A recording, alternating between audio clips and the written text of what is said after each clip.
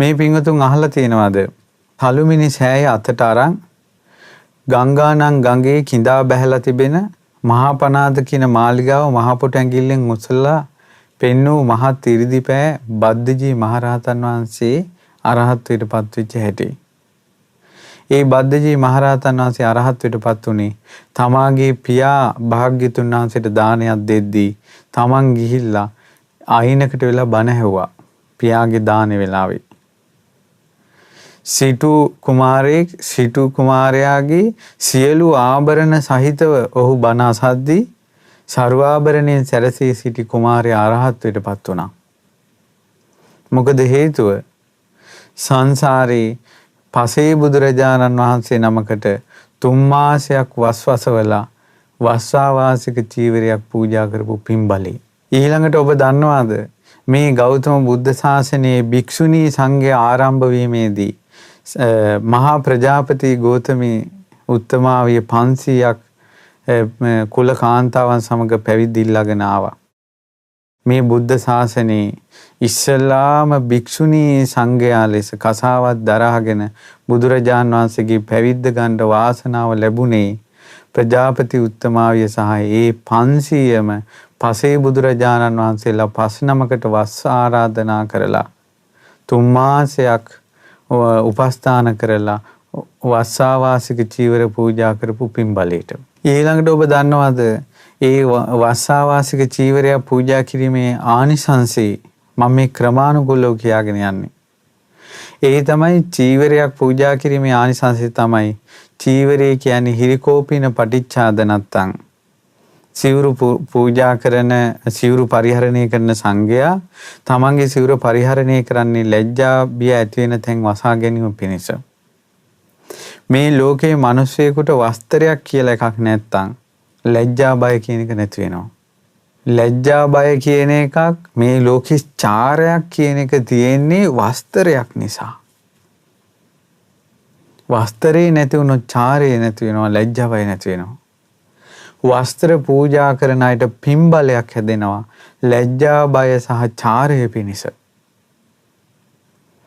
වස්ත්‍ර පූජා කරපු චීවර පූජා කරපු අයට ලැබෙන ආනිසංසයක් තමයි තියුණු හිරියොතක් පිහිටනවා. උපතින්ම තියුණු හිරියොතක් පිහිටනවා. වස්ත්‍ර පූජාවේ චීවර පූජාවේ ආනිසංස උපතින්ම ලැජ්ජයි. ඒ කියන්නේ පව් වැඩ කරන්න ලැජ්ජයි. මොනවා හරි වරද්දක් කෙරෙන්න එනකොට තමන් වදපු මව් මතක් වෙනවා. පියා මතක් වෙනවා. ඊළඟට ස්වාමියෙක් නම් බිරිඳ මතක් වෙනවා. බිරිඳ නම් ස්වාමියා මතක් වෙනවා. අනාචාරයකට හිත යන්නේ අපුලයි. අසම්මතයකට විකෘති ආසාවකට හිත නැමෙන්නේ අපුලයි. අප්පිරියයි.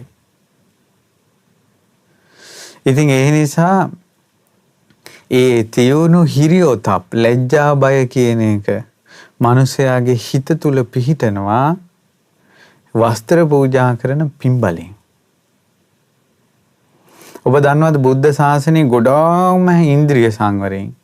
ඒ කියන්නේ ඇස කන නාසය දිවකය මනස කියන ආයතන 6 හොඳටම සංවර කරගෙන හිතට පව් ඇති වෙන්න දෙන්නේ නැතුව හිටපුරා මේ තෙරුන් වහන්සේ කවුද කියලා දන්නවද?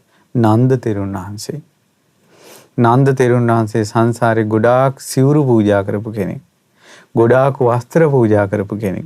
එක ඇඳේ අවුරුදු 12ක් එක ඇඳේ නිදාගෙන තමාම වෙනුවෙන්ම විවාහ වෙලා ඉන්න බද්දා කාපිලානි නම් වූ බිරිඳ ගැන රාගසිතක් උපද්දවන්නටත් ලැජ්ජා වුණ ඒ පිප්පලි නම් වූ කුමාරයා සංසාරේ බොහෝ වස්ත්‍ර පූජා කරපු කෙනෙක්. ඒ නිසා වස්ත්‍ර පූජාව චීවර පූජාව කියන්නේ තියුණු හිරියොතප් පිහිටනවා, ලැජ්ජා බය පිහිටනවා. පවට නරක දේවල් වලට අපුල හිටිනවා හිතේ. ඉතින් පින්වත්නි ඊළඟට අපි ගමු කටිනේ. කටින චීවරයේ ස්වභාවය තමයි මේ පින සිඳින්න බෑ. කටින චීවරයන් පූජා කළොත් එහෙම පහන් සිතින් ඒ පින සිඳින්න බෑ විපාකෙද්දී. උදාහරණයක් ඇයි සිඳින්න බැරි විපාක කියන්නේ මොකද්ද? මහදන සිටුතුමාගේ කතාව බහලා තියෙනවද? මහදන සිටුතුමාට පුත්‍රයෙක් හිටියා. විශාල ධනස්කන්ධයක්. රං රිදී මුතු මැණික් විශාල ධනස්කන්ධයක් තියෙනවා. හත්මුතු පරම්පරාවක් වියදම් කළත් ඉවර වෙන්නේ නැහැ කියන කතාව තමයි හැමතැනම පැතිරුණේ. තක්ෂශිලාවට ගිහිල්ලා තමන්ගේ පුතාට ශිල්ප ශාස්ත්‍ර ලබා දෙන්න සිටුතුමා උනන්දු දුන්නේ නිකන් ඇයි ඔය කාලේ කන්නේ කියලා. උන් සැපසේ සනීපේ හිටපු දෙන් කිව්වා ගෙදර. මෙලෝ හසරක දැනුමක් නැහැ අර ඉපදුන කොල්ලට. ඊටම හරියන ජාඩියට මෝඩිය වගේ උන්ද කෙනෙකුත් කසාද බැන්දුවා. තරුණ කාලේ ඉතින් රාජ සේවයට යනවා. රජතුමාගේ මාලිගාවේ රාජ සභාවේ ඉඳගෙන ඉඳලා එනවා. එනකොට මෙයාට පේන්න සුරා සොඬුන් කල්ලි ගැහිලා බොනවා. ඊට පස්සේ උපස්ථායකින් එහුව මොනවද අනේ ඌවා තමයි කොල් ලෝකේ තියෙන මිහිරිම පානේ. ඊට පස්සේ අරයි කතා කරලා පොඩ්ඩක් දුන්නා. මෙයාටත් රහ වැටුණා. අපි මාලිගාවටත් ගියමු කිව්වා. අන්න විනාශයේ මුල සුරාව. විනාශයේ මුල සුරාව පැහැවුනේ මොකටද? මෝඩකමට. විනාශයේ මුල සුරාව මෝඩකමට පැහැවුණා. ජාඩියට මෝඩිය බිරිඳ උන්දත් පැහැවුණා. ඊට පස්සේ ඔක්කොම මේ බේබද්දු ටික මේ සිටු මාලිගාවේ ධාන්‍ය වතුරට ගහගෙන ගියා වගේ. ඊට පස්සේ කියනවා සිටුතුමනි නැටුම් නටන ලියක් සිටිනවා. විදුලිය වගේ ඇඟ රත් වෙනවා. මේ සුරාව ගත්ත වෙලාවට අපේ ලෝකේ අමතක වී දෙව්ලොවකට වගේ යනවා. ඈ ගේමුද කියලා ඇහුවා. හැබැයි සිටුතුමනි ටිකක් ගාන සැරයි. ඉතින් මොකටද බං අරන් වරෙන් ගාන ගැන හිතන්න එපා. කියනවා අලුත් සුරාවක් තියෙනවා මේ වගේ නෙවෙයි. ඒක බිව්වට පස්සේ ඇඟ රත් වෙනවා. අමෝතුම ලෝකෙට යනවා සනීපයි. සිටුතුමනි ටිකක් ගාන සැරයි. ගාන ගැන හිතන්න එපා අරන් වරෙන්. ඊට පස්සේ වාද්‍ය වහන්න මේ මොකද්ද සංගීත කණ්ඩායමක් ඉන්නවා කිව්වා. ඇඟිලි වදිනවා කිව්වා සට ගාලා. පේන්නේ නැහැ කිව්වා මොකද්ද වෙන්නේ කියලා. හඬ කොහෙන් එනවද කියලා තේරෙන්නේ නැහැ කිව්වා. දිව්‍ය ලෝකේ පංචසික පරාදයි කිව්වා. සිටුතුමනි ගාන ටිකක් සැරයි කිව්වා. අනේ ගාන ගැන හිතන්න පැරන් වරෙන් කිව්වා. සිටුතුමාගේ ගානත් ඉවරයි.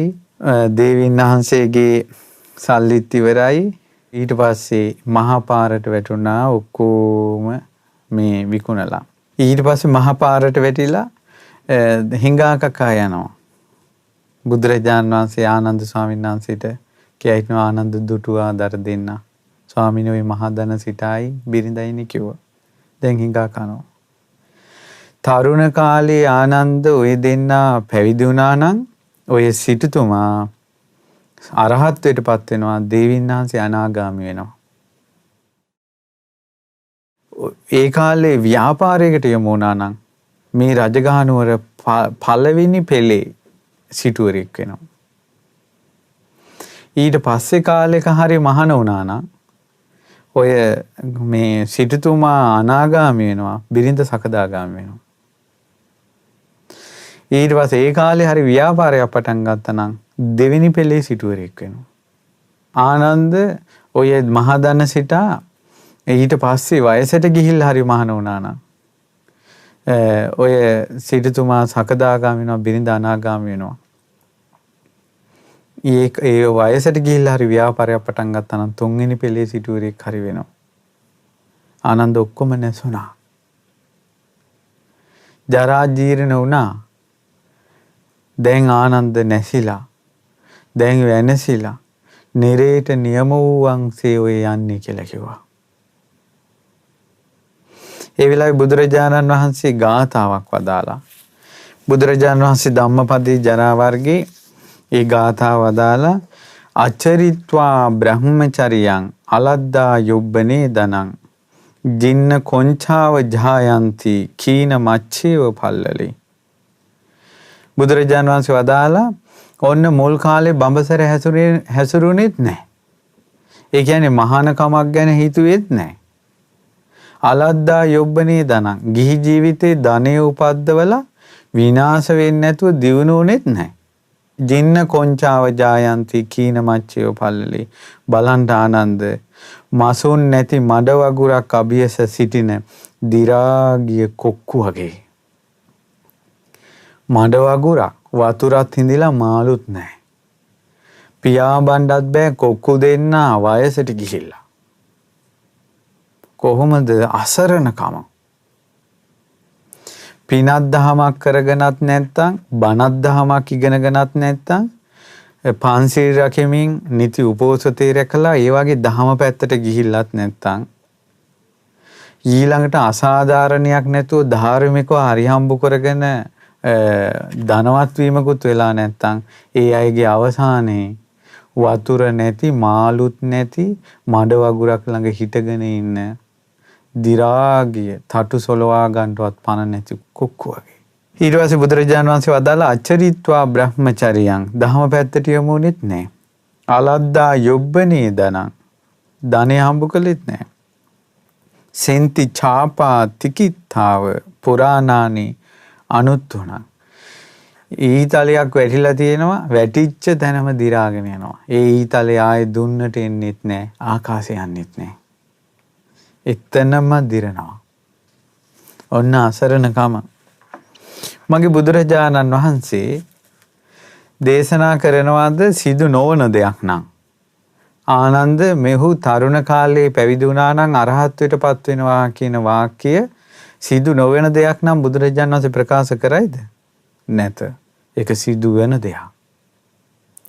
එහෙනම් අරහත්ත්වයට පත් වෙන්න තිබ්බ පින පාප මිත්‍ර ශ්‍රේවණිය නිසා සුරාව සූදුව නිසා විනාශ වුණා.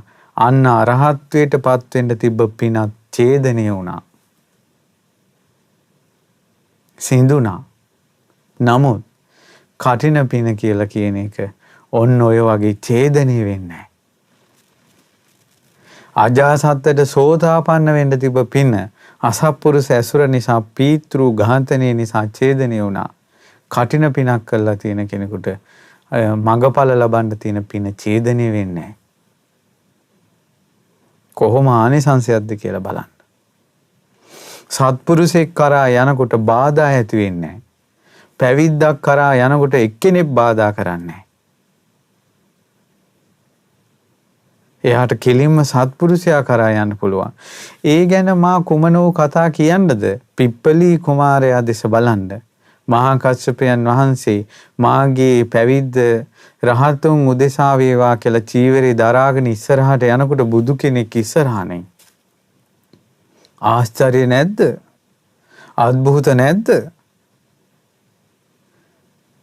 ඒසා චීවර පූජා කළ ඉන්ද්‍රිය සංවරයෙන් අග්‍ර වූ නන්ද කුමාරයා නන්ද තෙරුන් වහන්සේ පැවිද්දට ගෙනාවේ කොහොමද? අකමැත්තෙන් යනවනේ. පාත්‍රය දෙනවනේ අතට. පාත්‍රය දෙනවනේ අතට. තමන්වත් දන්නේ නැතුව නිවනට කැන්දන් යනවනේ. පුදුම සහගත පින් මේවා. පුදුම සහගත පින්. ඉතින් ඒ නිසා පින්වත්නි ඒ සිඳින්න බැරි පුණ්‍ය සංස්කාරයක් රැස් වෙනවා. ඒ ගැන හිතලා අප්‍රමාණ සන්තෝෂයටපත් වෙන්න ඕන. කරන කටින පින්කම් ඒ හිතේ කහටක් නැතුව පහන් සිතින් කරන්න ඕන. 3 මාසේ වස් ආරාධනා කළා 3 මාසේ හොඳට උපස්ථාන කරලා ඊළඟට කටින වස්සාවාසික චීවර පූජා කළා හොඳට සැරසිලා පින්කම කරන්න ඕන. නිකම් මල ගෙදරකට වාගේ නැතුව හොඳට සැරසිලා හොඳට සන්තෝෂයෙන් සිනහමස මුහුණින් පින කරන්න ඕන. ඉතින් මම මේ කාරණාව මතක් කළා. අදින් ඉතින් කටින පින්කම් ඉවරයි. හැබැයි ඉතින් අවුරුද්දක් ගානේ කටින පින්කම් තියෙනවා. මේ බුද්ධ ශාසනයේ විතරයි. උපසම්පදා සංඝයා රැඳී සිටියොත් විතරයි. උපසම්පදා සංඝයා නැත්තම් ඒ සංඝයා උපසම්පදා සිල් රැක්කේ නැත්තම් උපසම්පදාව අතුරුදහන් වුණොත් කටින පින්කම් කරන්න බෑ. ඒ නිසා පින්වතුනි මේ තියෙන සැඩපහරත් එක බලනකොට කාම සැඩපහර, දෘෂ්ටි සැඩපහර ඒවත් එක බලනකොට මේ බුද්ධ ශාසනයෙන් ගොඩාක් කල් තියෙයි කියලා අපිට කියන්න අමාරුයි. ඒ නිසා මෙතනින් ඡේදනය වුණොත් මේ කන්න පින්කම් ආය මේ පොළොව ගව් 7ක් වැඩෙන්න ඕන. මෛත්‍රී බුද්ධ ශාසනය තමයි චීවරයක් පූජා කිරීම තියෙන්නේ. ප්‍රමාද වෙන්න හොඳ නැහැ. ඊළඟට පින්වතුනි මොනවා හරි පිනක් රැස් කරාට පස්සේ දැන් බලන්න කන්න පින්කම් වලට සාදු කියලා අනුමෝදන් වෙන අය, දානමාන වලට සම්බන්ධ වෙන අය, මොහු වෙන අය ඔක්කොම ওই පිනේ කොටස්කරුවෝනේ. ඔච්චර පිනක් තියෙන මිනිස්සු මේ ඒ පින ගැන දන්නේ නැති නිසා, සසර ගැන දන්නේ නැති නිසා මෝඩ වූ අදහස් වල වාසය කරනවා. මෝඩ වූ අදහස් කියන්නේ මොකද්ද? මේ කාම ලෝකෙටම ආයෙත් ආස කරනවා. කියනවා දුව උඹ මගේම දුවෙක් වෙනින්, පුතා උඹ මගේම පුතෙක් වෙනින්. ස්වාමියාට කියනවා ඔයා මගේම වෙන්න ඕන. බිරිඳ කියනවා ඔයා මගේම වෙන්න ඕන. ඔය තරුණ ළමයිගේ ආදරේ පටන් ගන්න උපනෝපන් ජීවිතේ ඔයා මගේම වේවා. ඔහොමනේ පටන් ගන්නෙ. මල් පූජා කරන එකට උපනෝපන් ජීවිතේ මගේම වේවා. චෛත්‍ය වඳිනවා, බෝධි වඳිනවා, පාඬුරු ගැට ගහනවා, එක එක දේවල්. එතකොට හිතේ තියෙන ප්‍රාර්ථනාව හැම වෙලාවෙම කාම ලෝකෙකමයි තියෙන්නේ. එතකොට කාම ලෝකෙට අයිති දේවල් වලට ආසයි. ඉඩ කඩන් වලට ආසයි, අමුදරුවන්ට ආසයි, යාන වාහන වලට ආසයි, වතු පිටි වලට ආසයි. ඒ ආසාව පවතින්නේම කාම ලෝකේ. මහගෙදරින් යන්න කැමති නැහැ. මහගෙදරට ආසයි. උඹලා ඕන තැනක ඵලයලා අපි ඉතින් ඉපදුනේත් මෙතනනේ කියනවා. එතකොට ඒ වාගේ අර කාම ලෝකයේම හිත පවතිනවා. එතකොට පින්වතුනි කාම ලෝකයේම හිත පවතීමේ ආදීනවේ මොකද්ද? කාම ලෝකයේ කියලා කියන්නේ මේ ඕලාරික වූ ශරීරයක් හම්බ වෙනවා. මේ ඕලාරික වූ ශරීරයක් හම්බ වීමේ ආදීනව මොකද්ද? යන්තාක් දුක්ඛන්දරය ඇද්ද ඒ ඔක්කොම දුක් ටික විඳින්න ඕන මේ ශරීරේ. හොඳට කල්පනා කරලා බලන්න මේ ලෝකේ යන්තාක් රෝග තියෙනවාද? ඒ සියලුම රෝගයන් හැදෙන්නේ මේ ශරීරේට. ඒ නිසා බුදුරජාණන් වහන්සේ මේ ශරීරේ රෝගයක් විදිහට බලන්න කිව්වා. බලන්න ප්‍රෙෂර් මේ ශරීරේට, සීනි අමාරුව, කොලෙස්ටරෝල්, බගන්දලා, දද, කුෂ්ඨ, වන, හොරි, ඊළඟට යන්තාක් රෝග ඇද්ද සියලුම රෝග මේ ඇඟට හැදෙනවා. දැන් කට්ටිය ඔක්කොම කොරෝනා වලට බය වෙලා සිටිනවා. කවුරුත් බයයි. ඒතර කොරෝනා වලට බය වෙන්නේ ඇයි? මේ ශරීරය රෝගාබාධ වලට ලක්වන ස්වභාවයෙන් තිබෙන නිසා. අපේ ඇඟ ගැන අපිට තියෙනවා නම් ස්ථිර අදහසක් මේ ඇඟේ රෝගාබාධ හැදෙන්නේ නැහැ කියලා කොරෝනා වලට බය වෙන්නේ නැහැ. එහෙනම් කොරෝනා වලට බය වෙනවා කියලා කියන්නේ බය වුණේ කොරෝනා වෛරසයට නෙවෙයි. ඇත්තටම බය වුණේ මොකටද? තමන්ගේ ශරීරයට. දැක්කද නාලා කියලා ඊළඟට සෝදලා සෙන් පවුඩර් දාලා ඇඳේ සතප්පවලා AC දාලා ෆෑන් දාලා හොඳට අන්දවලා කවලා පොවලා හදපු මේ ශරීරයම අපිට බය ගෙනල්ලා දුන්නා. කොරෝනා වෛරසය නෙවෙයි අපේ කට වැහුවේ. අපේ ශරීරය. ඇයි කටෙන් මේක ඇතුල් කරගන්න කට සූදානම්. නාසයෙන් වෛරසය ඇතුළු කරගන්න නාසය සූදානම්. වෛරසය අතේ තවරා ගන්න අත සූදානම්. ඒ නිසා යත් සෝදන්න වෙලා තියෙන්නේ. මිනිස්සුෙකුට මීටරයක් ඇතුළත ලං වුණොත් එහෙම එයාගෙන් Tamanට වෛරසය ගන්න ඇඟ සූදානම්. ඒකයි අපිට මිනිස්යන්ගෙන් ඈත් වෙලා ඉන්න උනේ. ඒ නිසා මේ ඉස්කෝල වහලා ඊළඟට ටවුන් වහලා ඊළඟට හිතුමතේ කොහෙවත් යන්න බැරුව මේ එක්තැන් කළේ කොරෝනා වෛරසය නෙවෙයි මේ ශරීරය. හොඳට නුවණින් බැලුවොත් ප්‍රශ්නේ හඳුනා ගන්න ප්‍රශ්නේ තියෙන්නේ කොතනද කියලා. ඒ නිසා මේ ශරීරය වලට ආස කරන්න එපා. අද වාගේ දවසක සාරිපුත්ත මහරහතන් වහන්සේ පිරිනිවන් පාවදාලේ. උන්වහන්සේලා පරිනිර්වාණය බලාගෙන හිටියා මාසෙ පඩියක් ගන්නට බලාගෙන ඉන්නවා වගේ. ප්‍රඥාවෙන් අග්‍රේශ්වර සාරිපුත්ත මහරහතන් වහන්සේ මේ ශරීරය දිහා බැලුවේ පස් ටිකක් වගේ. මහ පොළොවේ පස් වලට හොඳ නරක මොනවද දැම්මත් කම්පා වෙන්නේ නැහැ වගේ. උන්වහන්සේගේ ජීවිතය දිහා උන්වහන්සේ බැලුවා මේ ශරීරයේ පස් ටික. නිසා මේ ශරීරයට කවුරු හරි ගැහුවත් බැන්නත් උන්වහන්සේගේ හිත සලිත වෙන්නේ නැහැ. උන්වහන්සේ මේ ශරීරයේ දැක්කේ වතුර ටිකක් වගේ, ගින්දරක් වගේ, හුළඟක් වගේ, පඨවි ආපෝ තේජෝ වායෝ කියන ස්වභාවයෙන් දැක්කා. මේ පොළොවේ තියෙනවා පස් ගතිය, පොළොවේ තියෙනවා ජලය, ඊළඟට හුළඟ, උණුහුම. ඉතින් ඒවට හොඳ නරක මොනවා එකතු වුණත් ඒව ඔහි තියෙනවා. ඒ වගේ මේ ශරීරයත් මහ පොළොවක් වගේ හිතුවා. ඒ නිසා සාරිපුත්ත මහරහතන් වහන්සේගේ හිත මහ පොළොවක් වගේ. දැන් අද කාලේ අපේ හිත එහෙම නෙමෙයි. පොඩි දේෙන් චංචල වෙනවා. පහන් සෙලක් වගේ. ඔහේ චංචල වෙනවා. hina වුණත් හිත රිදෙනවා, hina වුන් නැතත් හිත රිදෙනවා. කතා කළත් හිත රිදෙනවා, කතා නොකරත් හිත රිදෙනවා. හයියෙන් කතා කළත් හිත රිදෙනවා, හිමීට කතා කළත් හිත රිදෙනවා. කෝල් එකක් ගත්තත් හිත රිදෙනවා, නැතත් හිත රිදෙනවා. මැසේජ් එකක් ආවත් හිත රිදෙනවා, නැතත් හිත රිදෙනවා. හැම වෙලාවෙම රිද්දාගෙන ඉන්නේ තුවාලයක් වගේ. හැම වෙලාවෙම ඇනෙනවා මේකට. මේ හිතට බලන්න, හිත තුවාලයක් වගේ. ඇයි මේ හිත තුවාලයක් වගේ උනේ? මේ ඇඟ මහ ලොකුවට ගත්ත නිසා. නැත්තම් මේ දෙතිස් කුණප කොට්ටාසයන්ගෙන් හැදිච්ච මේ ශරීරයට මොන නම්බුනාමද? මොනවා පැතිල්ලක්ද?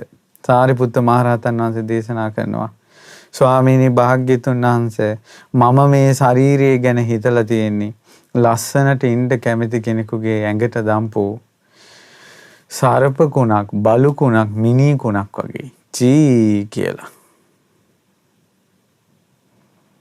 ලොකු කුඩා සිදුරු තියෙන කලයකට කුණු වෙච්ච මස් දාලා තියෙනවා. එතකොට අර සිදුරු නවෙන්ම වැగిරෙනවා. මේ වගේ ඇඟක් මේ පරිහරණය කර කර ස්වාමීනි මන්නම් මහ ලොකුවට මහ පාරට අඩිය තියන්නේ නැහැ. රොඩි කොල්ලෙක් රොඩි කෙල්ලෙක් දීන හිතකින් පාරට අඩිය තියනවා. බැනපු එකෙක් බැනපු දෙන්, ගහන එකෙක් ගහපු දෙන්, රවණ එකෙක් රවපු දෙන්, හින් පාස් කරන එකෙක් හින් පාස් කරපු දෙන්, කෙල ගහන එකෙක් කෙල ගහපු දෙන්. මගේ හිත රොඩි කොල්ලෙක්ගේ රොඩි කෙල්ලෙක්ගේ වගේ හිතෙන් මම මහ පාරට බහින්නේ.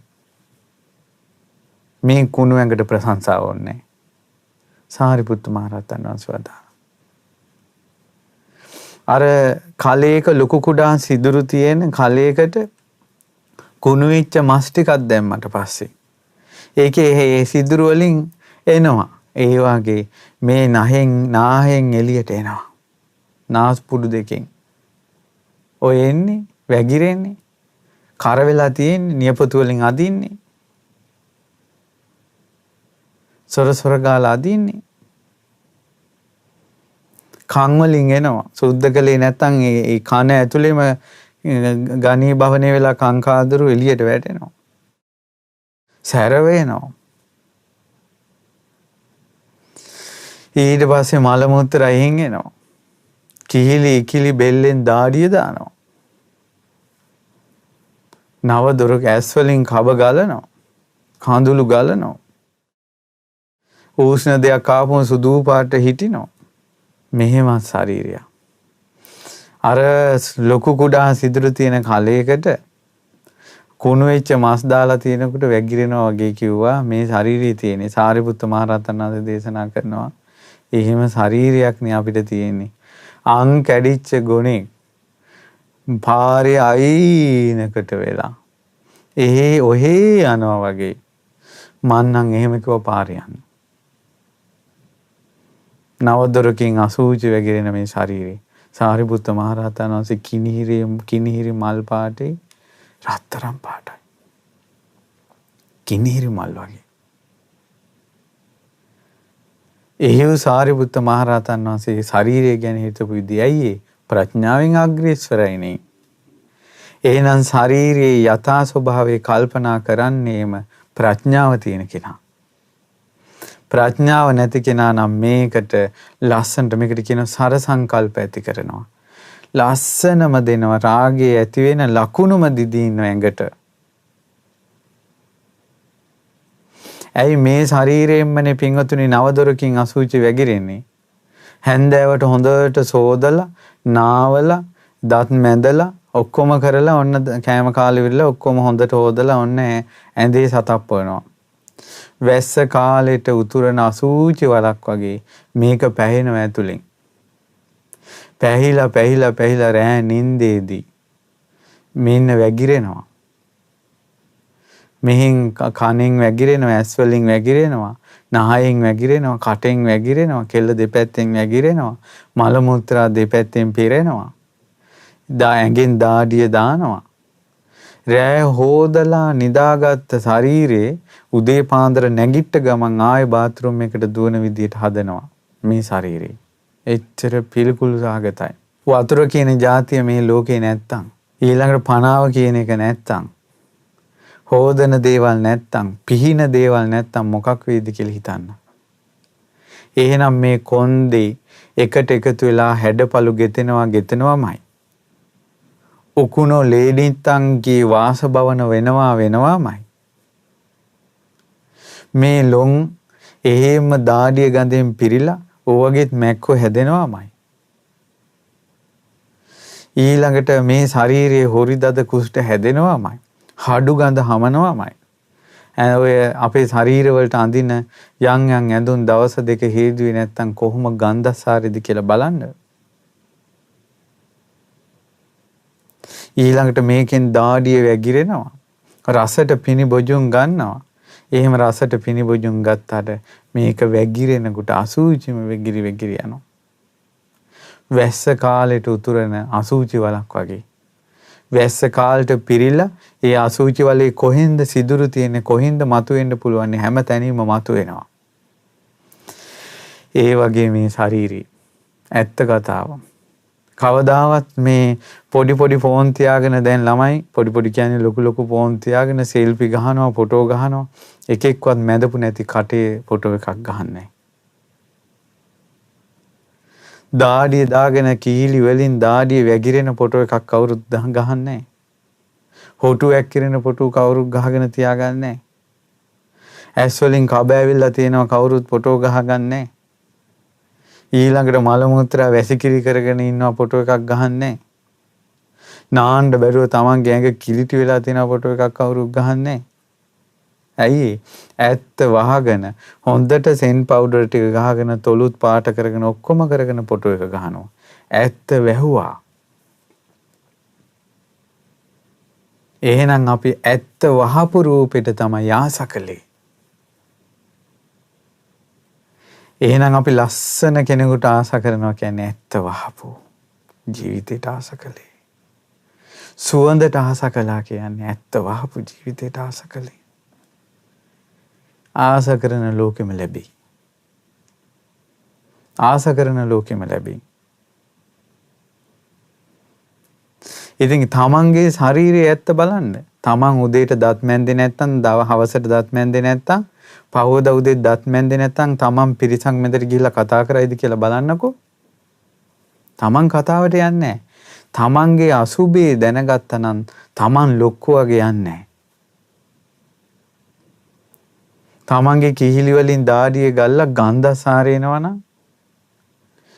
ඊළඟට බලන්නකො සපත්තුවක් දාලා සපත්තු මේස් වල එන ගඳ කවුරුත් ඔය ගෙනල්ලා ගඳ දැම්මද? තමන්ගේම හැම ඇතිල්ලිලා එන ගඳ, තැඹිලා එන ගඳ. මෙවැනි ගන්ධසාරයක් හඩු ගඳක් තමන්ගේ ඇඟෙන් හැමුවොත් තමන් පිරිසක් මැදට යයිද? එහෙනම් මේ වැරදි කාම සේවන, ස්ත්‍රී දූෂණ, අපචාර, අතවර කිරින් මේ ඔක්කොම තියෙන්නේ තමන්ගේ ඇඟ සුබයි කියන තැන. තමන්ගේ ඇඟ අසුබේ දැක්කනම් තව කෙනෙකුට ලං වෙන්න කැතයි. එයා නිසා නෙවෙයි තමන්ගේ ගඳ එයයිටයි කියලා. අනාචාරයට නොකළ යුතු දේවල් වලට යොමු වෙන්නේම මේ ඇඟට සෙන් පවුඩර් ගහගෙනමයි. සුවඳයි කියන තැනමයි. ඒ නිසා මේ ශරීරයේ කුණු වෙලා යන දෙයක්, ගන්ධසාර දෙයක්, අපිරිසුදු දෙයක්, පිළිකුල් දෙයක් මේ ශරීරයට ආසා කළ යුතු නැත කියලා නුවණැති කෙනා කල්පනා කරනවා. මම මේ කිව්වේ පින්වතුනි, මේ යුගයේ මෙහෙම බණක් හරි අහන්න ඔබට පිනක් තියෙනවා. ඒ පින තියෙන වෙලාවේ පුළුවන්ද කියලා බලන්න, කන් හැන්දක් තරම්වත් නුවණකින් ජීවිතය ඇත්ත බලන්න. මේ ජීවිතේට අපි මුලා වෙලා පින්වත්නි ඉන්නේ. අපි මේ ජීවිතේ මේ බලන්න අපේ ඇඟ කියලා අපේ ඇඟට අපි ගොඩාක් ආස කරනවා. නමුත් එහෙම ආස කළාට පින්වත්නි මේ ඇඟ කිසිම කෙලෙහි ගුණයක් නැහෙනි. කිසිම සත්පුරුෂකමක් නැහෙනි.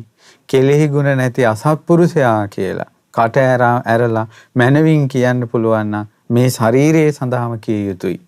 ඇයි පින්වතුනි මෙච්චර රසට කණ්ඩ දෙද්දී මෙච්චර රසට මේ බොණ්ඩ දෙද්දී මෙච්චර ලස්සන වටිනා ඇඳුම් අන්දවද්දී හොඳ යහන් වලින් මේ ඇඟ නිදි කරවද්දී AC දාලා ෆෑන් දාලා මේකට රස්නෙන් සීතලෙන් මේක බැලන්ස් කරද්දී ඊට පස්සේ හොඳ ලොකු වාහනවල මේක අරගෙන යද්දී පෝයර් ගාලා සෙන්ට් පවුඩර් ගාලා මේක සරසද්දී මඟුල් තුලාවල පෝරුවේ තියද්දී ඊළඟට මේක ලෝකෙටම මේ ඇඟ ෆොටෝ ගහලා මෙන්න ලස්සනයි කියලා ලෝකෙටම යවද්දී මේ ඇඟ විසින්ම අපිව ලෙඩ කරනවා. දැන් අපි කැමති නෑනේ කොරෝනා හදාගන්න. නමුත් මේ ඇඟ කැමති කොරෝනා වැළඳ ගන්න. අපි කැමති නෑ අපේ ඇඟේ හොරිදද කුෂ්ඨවන හැදෙනවට. නමුත් මේ ඇඟ කැමති ඒවට. අපි කැමති නෑ මෝනේ කුරුල්ලා හැදෙනවට. නමුත් මේ ඇඟ කැමති කුරුල්ලා හදා ගන්න. අපි අකමැති දේවල්මයි මෙයා කරන්නේ. අපි අකමැති දේවල්මයි කරන්නේ. මෙයාගේ දානිස් කැක්කුම හදනවා. කොන්දේ කැක්කුම හදනවා. මේ මුළු ඇඟම වේදනාකාරීව දෙනවා. ඊට පස්සේ මෙච්චර කන බත් පිටක් ගානේ අපිට වද දෙනවා. කිසිම එක බත් පිටක කෙලෙහි ගුණ නැතුව අවසානයේ මෙයා ජරා ජීර්ණ වෙලා ඇඳට දාලා කුණු වෙලා මැරිලා යනවා. එක බත් පිටක කෙලෙහි ගුණේ මේ ශරීරයේ තිබෙන්නේ නැහැ අපිට. ඒ නිසා මේ ශරීරයට කියනවා සම්පූර්ණයෙන්ම අසත්පුරුෂයා කියලා කියන්න සුදුසුයි. මේ වගේ ශරීරයට ආසා කරලා අපි ආයෙත් මේ ශරීරම පැතුවොත් එහෙම පින්වතුනි ඒ තරම් අනුවණකමක් තවත් නැති තරම් මේ ශරීර වලට ආසා කරන්න එපා. මේ කරන හැම පින්බලයකින්ම කරන හැම කුසලයකින්ම අනේ මේ ජීවිතයේ යථා ස්වභාවය අවබෝධ වේවා කියලා හිතන්න. සසර දුකෙන් නිදහස් වෙන්න ලැබේවා කියලා හිතන්න. මේ ලාමක දේවල් වලට තියෙන ආසාව දුරු වේවා කියලා හිතන්න. පින්වතුනි බලන්න මේ ශරීරයේ දෙතිස් කුණප කොට්ටාසය තියෙන්නේ කේස් ලෝම නිය දත් සම මස්නහර ඇට මිදුළු ආදි වශයෙන්. එතකොට මේකේ පිටට පේන්න තියෙනවා කේස් ලෝම නිය දත් සම. මේ ටිකම හොදා ඉන්න එපා. ඇයි මේ ටිකම හොදා ඉන්නේ? කිලිටි වෙන නිසා. ඇයි මේවම සුවඳ කර ඉන්නේ? කිලිටි වෙන නිසා. ඇඳුමක් පින්වතුනි කඩේ තිබ්බොත් එහෙම ඒවා හොදන්න ඕනේ. මේ ඇඟට දම්පු ගමන් හොදන්න වෙනවා. රජතුමාගේ රත්තරන් රතේ පවා දිරලා යන එකේ කුණප කොට්ටාංශ 32කින් හැදපු මේ ශරීරය කොහොමදත් දිරලා යනවා. අවසානයේ අපිටම වාරු නැතුව යනවා. හැරමිටෙන් යන්න සිද්ධ වෙනවා. ඊළඟට ඇඳේ වැතිරලා ඉන්න සිද්ධ වෙනවා. ඊට පස්සේ ඔහේ බලාගෙන ඉන්න සිද්ධ වෙනවා. අනිත් අය තමයි ඊට පස්සේ බෙහෙත් කරන්නේ. තමන්ගේම මල මුත්‍ර අනිත් අයට අත ගන්න සිද්ධ වෙනවා. කවුරු හරි එහෙම කළොත් හොඳයි නැත්නම් ඒකෙම තැම්බි ඉන්න ඕන. පුදුම සංසාරයක් මේ. ඊට පස්සේ සක්විති භෝජන අරගෙන යැපෙන සක්විති රජතුමාට උනත් මැරුණාට පස්සේ එන තවත් ඉරණමක් තියෙනවා. මොකක්ද ඉරණම? ආදාහනය කළේ නැත්තම් ගිනි තිබ්බේ නැත්තම් ඒ ශරීරයේ සත්තුන්ට ආහාර වෙනවාමයි. ආහාර වෙනවාමයි මේ සත්තුන්ට. එතකොට පින්වතුනි මේ ශරීරයේම දැන් මේ අපි කතා කරද්දී මේ කී කෝටියක ප්‍රාණීන් මේ ශරීරේ ඉන්නවද පණුව පොඩි නූල් කෑලි වගේ. ඒ පණුව වැඩි වුණාට පස්සේ කැදලි විදියට පිටිපස්සෙන් වැටෙනවා. සමහර අයගේ ශාරීරික තුවාල හැදිලා ඒ තුවාල වලින් බත් ඇට වගේ පණුව මතුවෙනවා. මේ කවුරුවක් ගෙනත් දාපු අයද මේ ශරීරයම හැදුනානේ. පරම්පරා ගණනාවක පණුව මේ ඇඟේ ඉන්නවා. අපි තනියෙන් නෙවෙයි ඉන්නේ. ඕමොත් මේක ඇතුලේ මෙරි පරම්පරාව හදා ඉන්නවා. අවසානයේ අපි මැරිච්ච ගමන් අර ඉතුරු වෙච්ච ඇතුලේ ඉන්න පරම්පරාවම බත් ඇට වගේ ලොකු වෙලා මේ හැමම කනවා. උන්ගේ කෘත්‍ය මේ ශරීරේ කන එක. සෝහනට දාපු මිනියට එන සෙවලුන්ගේ බල්ලන්ගේ ඉනරියන්ගේ උකුස්සන්ගේ ගිජු ලිහිණියන්ගේ කෘත්‍ය මේ ශරීරේ කාලා දාන එක අනිත් අයට ආහාරයක් වෙනවා. අනිත් අයට ආහාරයක් වෙනවා. කොහොමද මේ ශරීරයට වෙන දේවල්? ඒකයි බුදුරජාණන් වහන්සේ අර සිරිමාට ආශා කරානේ හරියට ඒ කාලේ කට්ටිය. ඊට පස්සේ බුදුරජාණන් වහන්සේ තව ආඳුරු නමකුත් ආසාවෙන් හිටියන් සිරිමා කියපු ගමන්මයි. බුද්ධං සරණං ගච්ඡාමි කියන්නේ නැහැ සිරිමා කියලා කියන්නේ. එච්චර හිතට වැදිලා. සිරිමා මල. බුදුරජාණන් වහන්සේ පණිවිඩයක් ඇව රජුරවන්ට සිරිමාගේ දේහය මේ සෝහනට දාලා මේ සත්තු කන්න නැති විදිහට වට කරලා තියන්න කියලා. දැන් ඔන්න සත්තුන් දෙන්න බෑ. නමුත් මිනිය උද්දුමාතකම් විනීලකම් විපුබ්බක ජාතකම් ඉදමිලා නිල් වෙලා සැරව ගහනවා සිරිමා මහා තඩිසි වුණා. ඉදමුණා. ඇස් ගෙඩි දෙක පොල් ගෙඩි වගේ වුණා. තොල් පොටවල් දෙක මෙහෙම පොල් ලෙලි වගේ වුණා. ඊට පස්සේ කළු පාට ඕජාව මෙහෙම වැగిරෙනවා. ලී සැරව. කන් වලින් ඇස් වලින් මල මුත්‍රා මාර්ග වලින් ගන්ධ සාරයි පැත්ත පළාතකට යන්න බෑ. ඊට පස්සේ 7 වෙනි දවසේ රජතුමා සියලු දෙනාට සුසාන භූමියට එන්න කිව්වා. දැන් රාජානනේ ඔක්කොම එනවා නායවල් මෙහෙ වහගෙන. කලින් සිරිමා එතනින් යනකොට සුවඳ කරඬුවක් වගේ කටවල් අර ගන්නවා. වයසක සීයලත් ඇස් අරගෙන බලා ඉන්නවා. සිරිමා යනකොට. දැන් ඔක්කොම මෙහෙම. සංඝයාත් වැඩිය. දැන් කාටවත් මොකක් කරගන්න බෑ. සංඝයාගේ පැත්තෙන් භාග්‍යතුන් වහන්සේ වැඩ ඉන්නවා. බුදුරජාණන් වහන්සේ එතෙන්ට වැඩි නිසා කිසි කෙනෙකුට මොකුත් කරන්න බෑ. ඔක්කොම එන්න ඕන පිටිපස්සේ. මෙහින් රජ්ජුරුව ඇවිල්ලා ඉන්න නිසා ආය කාටවත් මොකුත් කරන්න බෑ. ඔක්කොම එන්න ඕන. බුදුරජාණන් වහන්සේ වදාළ රජතුමනි සිරිමාගේ ශරීරය ලන්සු තියන්න. සිරිමාත් එක්ක එක රැයක් ඉන්න ඒ කාලේ කහවණු ලක්ෂයක් ගන්නවා. කහවණු ලක්ෂයක්කට බැලුවා. කවුරුත් නැහැ. 50000ක් කිව්වා සිරිමාගේ ශරීරය අපි දැන් අඩු කළා ගාන කවුරු හරි අරන් යන්න ගෙදර තියාගන්න මේ කහවණු 10යි 500යි 100යි කහවණු 10යි එක කහවණුයි මොකෙක්වත් නැහැ. ඊට පස්සේ කිව්වා එහෙනම් නොමිලේ අරන් යන්න. ඇයි මෙයා ලස්සන මේ ගණිකාවා. අරන් යන්න ගෙදර. ඊට පස්සේ නිකන්වත් නැහැ. බුදුරජාණන් වහන්සේ වදාළා දැක්කද ඇහුව ශරීරයේ හැටි.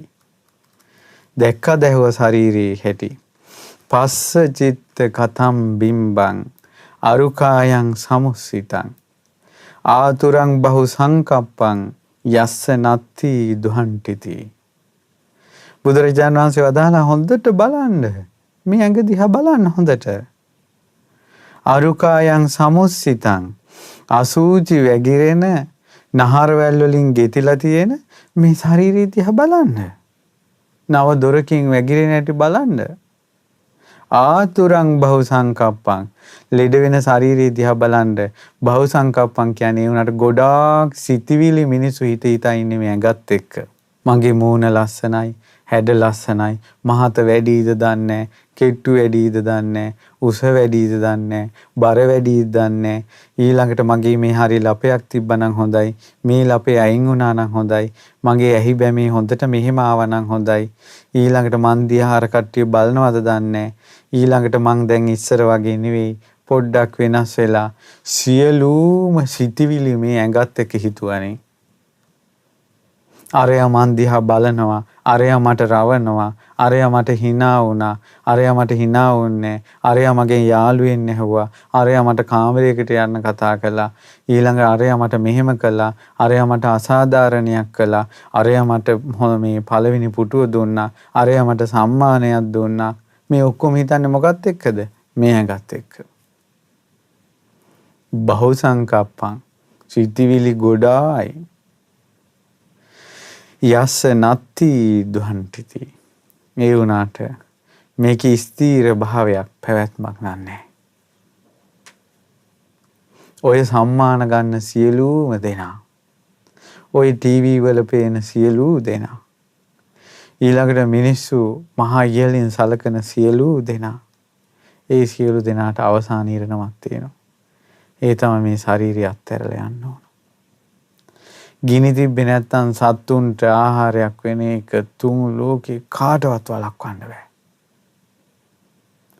මේ සිරිමාගේ ඇඟ මෙච්චර මහත් වෙලා කුණු වෙලා ඕජා වැගිරුණි.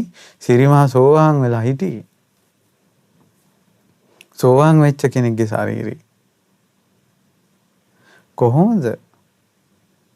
අපි මේ ලොකුවට හිතාගෙන හිටියට අවසානයේ බත් ටිකක් කන්න අත උස්ස ගන්න බෑ. අනිත් අය හැන්දෙන් පොවන්නේ. ඒත් බැරි වුණාම බට දාලා ජූස් කරනවා. අපි මේ කතා කළාට අවසානයේ තොල් පොට හොලව ගන්න බෑ. තොල් වේලෙනවා. මේක පුදුම ශරීරයක් පින්වත්නි. මේවා මම නෙවෙයි, මගේ නෙවෙයි, මගේ ආත්මය නෙවෙයි කියලා කල්පනා කරන්න ඕනේ. මේ ශරීරය ගැන. මහා යෙලින් අපි කතා කර කර ඉන්නේ මේ ඇඟවල් ගැන.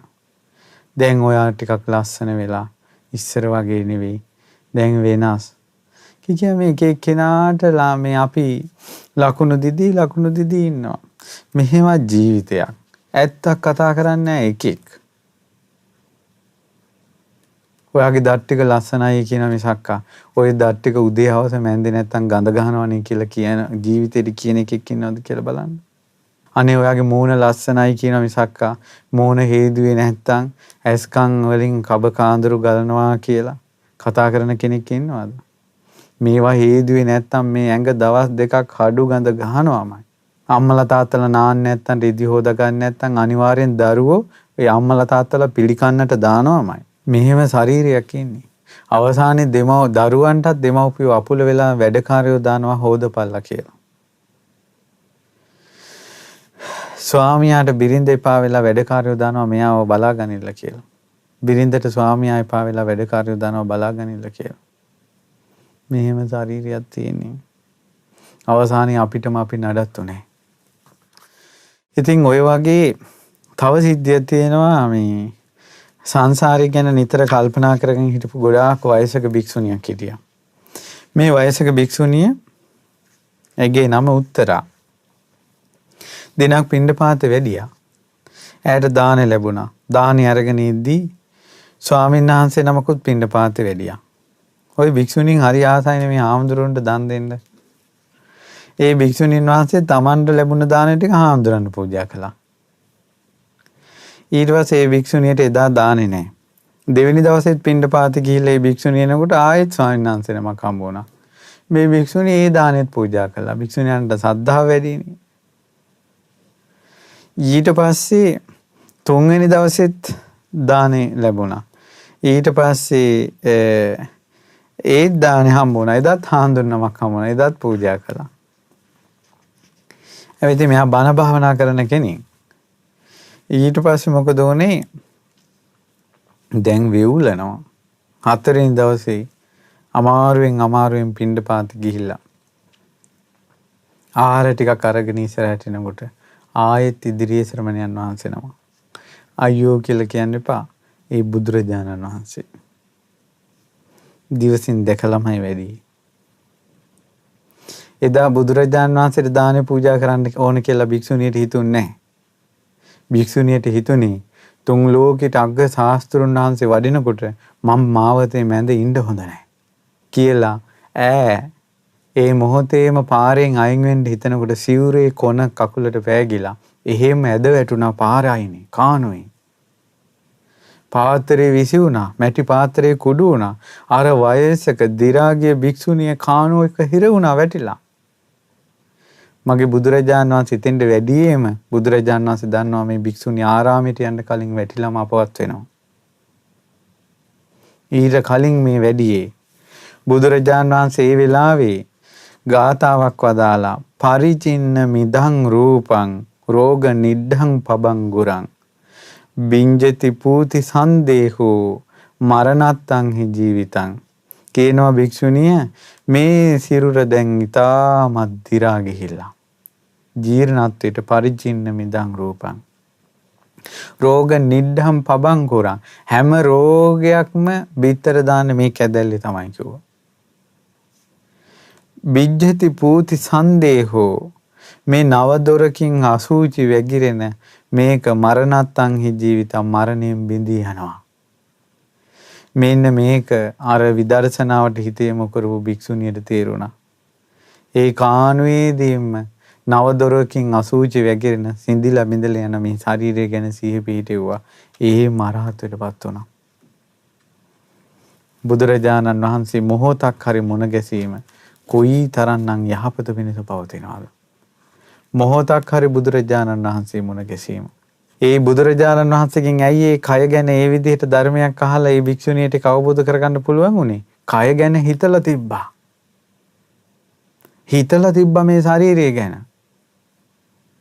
ඒ නිසා හිතලා තිබ්බ කෙනෙකුට ලෙඩ ඇඳේ හිටියත් ওই ශරීරයේ ඔහොම තමයි අපිට වද දෙන එකක්. අපි කොච්චර හොඳට කාලා බීලා හැදුවත් අවසානයේ අපිට දෙන්නෙම වද දීමනාවක් විතරයි තියෙන්නේ කියලා කියනකොට තේරෙනවා.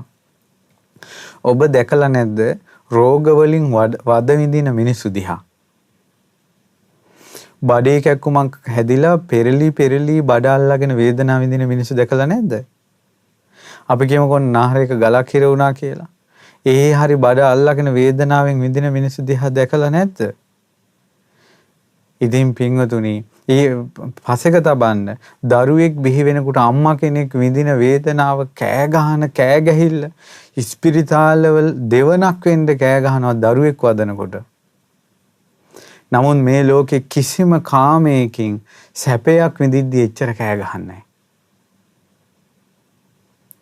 කාම සැපේ විඳිද්දී මේ ලෝකේ රූප, ශබ්ද, ගන්ධ, රස, පහස යම් මොනවා හරි අපි සැපයක් විඳිනවා කියන්නකො පෙරලි එහෙම සැපයක් විඳින්නේ. කෑ උච්චර මේ දෙවනක් වෙන්න කෑ ගැහිල්ලක් නැහැ. නමුත් දුක් විඳිද්දී මේ ශරීරයෙන් පෙරලි කෑ ගහනවා. තමන්ගේ ඇඳුම්, තමන්ගේ වස්ත්‍ර අනිත් අය ඉවත් කරලා බෙහෙත් කරනවා. ඒවටවත් 100ක් නැතුව කෑ ගහනවා. එච්චර වද දෙනවා මේ ශරීරේ. ආයෙත් ඒ ශරීරයටම ආස කරනවා. ආයෙත් ඒ ශරීරයටම ආස කරනවා. අවුරුදු ගණන් දුක් විඳලා ලෙඩක් සුව වුණාට පස්සේ අනේ ආයෙත් සැනසෙල්ලක් ලැබලා ආයෙත් පරණ පුරුදු ටික පටන් ගන්නවා. මේ ශරීරේ මට වද දුන්නනේ කියලා හිතන්නේ. ඒ නිසා පින්වතුනි, නුවණ තියෙන බුදුරජාණන් වහන්සේගේ ශ්‍රාවකයා මේ ශරීරය දිහා හොඳට නුවණින් විමසනවා ආකාර 11කින්. මොකද්ද ශරීරය දිහා විමසන්නේ? අනිච්චතෝ, අනිත්‍යයි කියලා ශරීරය දිහා විමසනවා. හොඳට බලන්න තමන්ගේ ශරීරය අනිත්‍ය වී යන හැටි. පුංචි කාලේ හිටපු කෙනාද දැන් ඉන්නේ කියලා බලන්න. මේ හොඳට තිබ්බ ඇඟ හිට වෙනකොට ලෙඩ වෙලා. අනිත්‍ය වෙලා. මේ ශරීරයට කියන්න තියෙන එකම නම අනිත්‍ය. උදේට හේදුව ඇඟ ඇයි ආය හවසට හොදන්න ඕනේ? හොදන්න කිලිටි වෙනවා. අනිත්‍යයි. මේ ශරීරය අනිත්‍ය දෙයක්. ඇස් දුර්වල වෙනවා, කන් දුර්වල වෙනවා, අතපය දුර්වල වෙනවා, ඇවිද ගන්න බැරුව යනවා, ඇඳට වැටෙනවා, කන්න බොන්න බැරුව යනවා. අනිත්‍යයි. අවසානයේ ජරා ජීර්ණ වෙලා මැරිලා යනවා. අනිත්‍යයි මේ ශරීරය, අනිත්‍යයි කියලා නුවණැති ශ්‍රාවකයා කල්පනා කරනවා. මම මේ කියන ඒවා අහන්නවත් ඔබ කැමතිද කියලා මන් දන්නේ. නමුත් මේක තමයි ඇත්ත. අනේ මුළු ජීවිත කාලෙම මුලා වෙලා ඉන්නේ නැතුව දෙයියනේ එක පැයක්වත් සත්‍යයට සවන් දෙන්න. මුළු අවුරුදු 100ක් ජීවත් වෙච්ච කෙනෙක් අහපු මුලාවට වඩා මේ පැය කහන සත්‍ය ඔබ සුවපත් කරනවා යම් දවසක. මේ ශරීරය අනිත්‍ය දෙයක්. දුක්ඛතෝ, මේ ශරීරයේ දුක් සහිත දෙයක්. යන්තාක් අපි දුක් විඳා නම් ඒ සියලු දුක් ටික මේ ඇඟත් එක්කයි විඳින්නේ. මහා පොළොවත් එක්ක ඔට්ටු වෙලා රැකී ආරක්ෂාවලට ගිහිල්ලා පාඩම් කරමින් කොච්චර දුක්ඛන්තරාවක් මේ ඇඟෙන් වින්දාද කියලා හිතන්න. කොච්චර මේ ඇඟේ වේදනාව වලට තෙල් ගෑවද?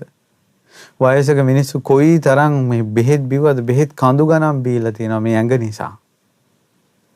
මේ ඇඟක් තියාගෙන යන්න ඕන නිසා නේද වාහන ඕනන්නේ.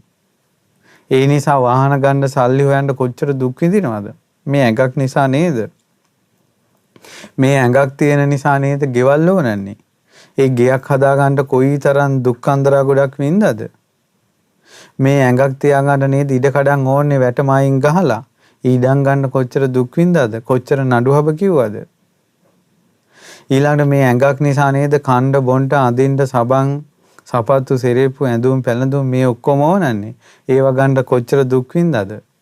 ඉගෙන ගන්න ගත්ත උත්සාහය, පාඩම් කරන්න ගත්ත උත්සාහය, ඊළඟට නිදි වරාගෙන ගත්ත උත්සාහය, ලෙඩක් දුකකටවත් සැනසෙල්ලක් ඉන්න නැතුව ගත්ත උත්සාහය, සියලු දුක් මේ කයක් නිසාම ගත්තා.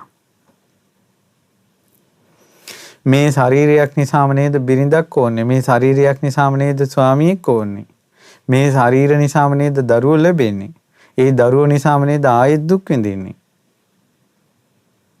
ඒ නිසා දුක කියලා යමක් කියනවා නම් ඒ සියල්ලම කෙටි කළා කියනවා නම් මේ ශරීරය.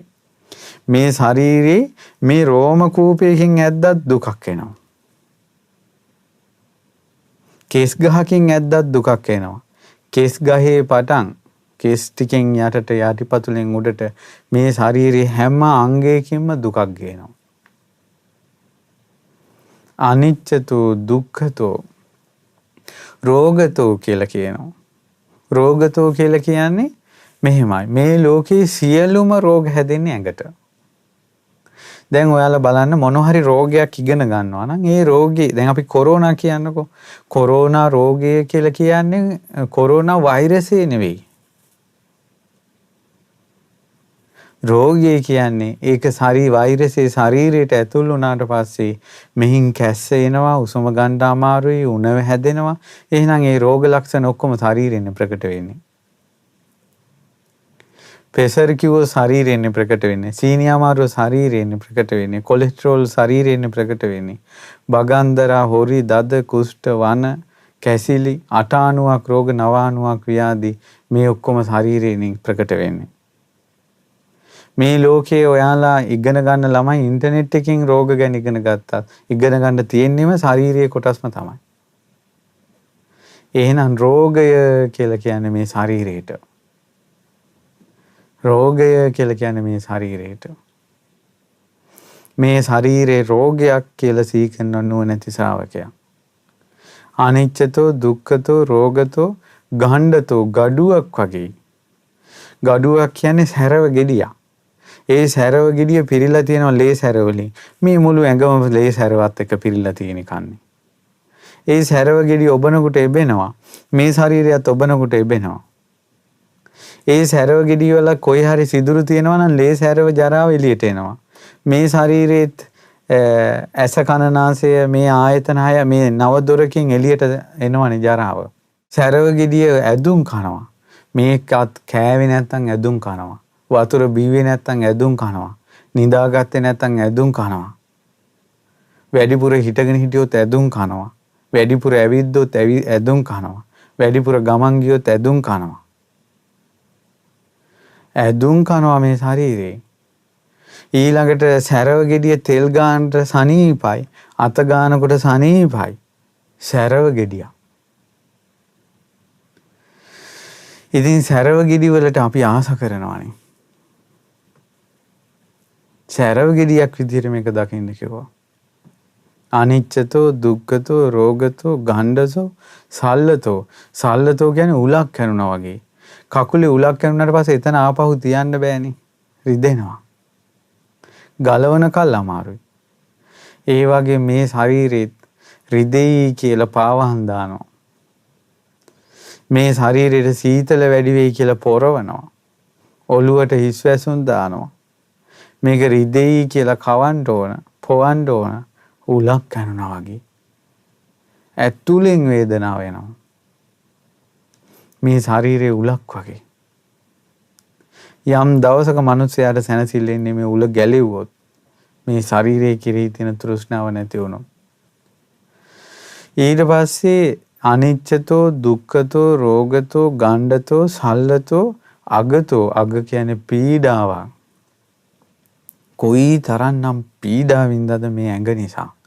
අවුවේ කරවෙවි වැස්සට තෙමි තෙමි ගමන් බිමන් ගිහිල්ලා මහන්සි වෙලා කණ්ඩ බොණ්ඩ දීලා කණ්ඩ බොණ්ඩ දෙන්න ඕන නිසාමනේ කොච්චර පීඩාවක් විඳින්න ඕනේද මේ ඇඟ නිසා. ගෙවල් දොරවල් හදද්දි ගන්න සියලු පීඩාව මේ ඇඟ නිසා නේද? අමුදරුවන් පෝෂණය කිරීමේ යම් වෙහෙසක් වෙනවද? ඒ ඔක්කොම මේ ඇඟ නිසා නේද? ඇඟක් කියලා එකක් නැත්නම් ඒ දුකක් නැහැ. පීඩාව කියලා කට ඇරලා කියන්න පුළුවන් මේ ශරීරයට. මට පීඩාවක් තියෙනවා කියලා මේ ඔළුවේ තියෙන සිතිවිලි සමුදායක් ගැන කතා කරනවට වඩා හොඳයි මේ පේන්න තියෙන ඇඟ පෙන්වන්න මෙන්න පීඩාව කියලා. එහෙනම් අපි මේ පීඩාවලට hina වෙන්නේ. පීඩාවල් පිටිපස්සේ යන්නේ. පීඩාවල් කැඳාගෙන ඉන්නේ. පීඩාවල් එක්ක ෆොටෝ ගන්නෙ. පීඩාවෙන් hina වෙන්නේ. ශරීරයට නමක් තමයි පීඩාව. මේවා හිතට පොඩ්ඩක් හුරු කරගන්න. බය වෙන්න එපා මේ සමහර හිතයි මේ හිතුවොත් දෙයනේ මොකක් වෙයිද දන්නේ නැහැ කියලා. ටිකක් හිතලා බලන්නකො මොකක් වෙයිද කියලා. හිතන්නවත් හිතෙන්නේ නැහැ මිනිස්සුන්ට. මේක ටිකක් කියාගෙන යනකොටම අද හාන්දුරු හරි නෑ වගේ. මේක හරියන්නේ නැහැ වෙන එකක් කියන්න තිබ්බා. නමුත් මේ දැන් අද කාලේ දැන් ළමයි ඔක්කොම ගෙවල් වලට වුණා ටීවී බැලුවා ෆෝන් එකේ ඉන්නවා රූප දිහා බල කාමී දිහා බල ඇඟවල් වලට මාස කර ඉන්නවා. ඇඟවල් වලට මාස කර ඉන්නවා. සුද්දන්ගේ සුදු හැමත මාස කර ඉන්නවා. නව දොරකින් අසුචි වැగిරෙද්දී තමන්ගේම කිහිලි ඉකිලි තමන්ටම ගඳ ගහද්දී දත් මැන්දේ නැත්තම් තමන්ගේ කටේ ගඳ තමන්ටම එද්දී තමන්ගේ ජරාවක් තියාගෙන ඒක හිතන්නේ නැතුව සුද්දන්ගේ සුදු හැම දිහා බලාගෙන කෙලහලාලා ඉන්නවා. මේ කාම තෘෂ්ණාව නැති වෙන්නේ ශරීරයේ ඇත්ත බැලුවේ නැත්තම්. රාග ගින්න නැති වෙන්නේ ශරීරයේ ඇත්ත බැලුවේ නැත්තම්. ඊට පස්සේ මේවට ආස කළා ආපහුම මේ ශරීරයට ආයෙත් අප්‍රමාණ දුක්ඛන්දරාවක් විඳින්න වෙනවා. ආයෙත් මේ ශරීරය නිසා දුක් විඳින්න වෙනවා. ඊට පස්සේ අනිච්චතෝ දුක්ඛතෝ රෝගතෝ ගණ්ඩතෝ සල්ලතෝ අගතෝ ඊළඟට ආබාධතෝ ආබාධයක් කියලා බලන්න කිව්වා. සියලුම ආබාධ හැදෙන්නේ මේ ශරීරයට. දෙතිස් කුණප කොට්ටාස 32ක් තියෙනවා මේ ශාරීරික ස්පෙයා පාර්ට් 32ක් තියෙනවා. මේකේ ප්‍රධාන ඒ හැම එකටම ආබාධයක් හැදෙනවා. මේ ශරීරයේ ආබාධයක් හැදෙන්නේ නැති අංශුවක් කියන්න බලන්න. මේ ශරීරයේ සියලුම තැන් වලට ආබාධ හැදෙනවා. මේ මුළු ශරීරේම ආබාධයක්. ආබාධතෝ පරතෝ කියන්නේ මේක අනුන්ට අයිති දෙයක්. ඇයි මේ ශරීරයේ අයිති පොළොවට මේක පස් ටිකක් වෙලා යනවා කවදා හරි. පුච්චවුවත් අලු ටිකක් හම්බ වෙනවා අලු ටික පොළොවට වැටෙනවනේ. අලු ටික පොළොවට වැටෙනවා. පුච්චවුවත් මේ ශරීරයේ තියෙන ජලයේ වාෂ්ප වෙලා යනවනේ. ඒක ආයෙත් වතුරට එකතු වෙනවනේ. පුච්චවුවත් මේ ශරීරයේ උණුහුමත් එක්ක එකතු වෙනවනේ. වායුවත් එක්ක එකතු වෙනවනේ. සතර මහා ධාතුත් එක්ක එකතු වෙනවා. අපි අයිති නෑ අපි අයිති මහා පොළොවට. අපි පොළොව අයිති කරගන්න හදනවා. නමුත් හරි පුච්චාවේ නැතුන් සෝනට දැම්මොත් එහෙම පොළොව ASCII අඩි 6ක් ඇතුලේ වලේ දැම්මත් පණුව ටික කනවා.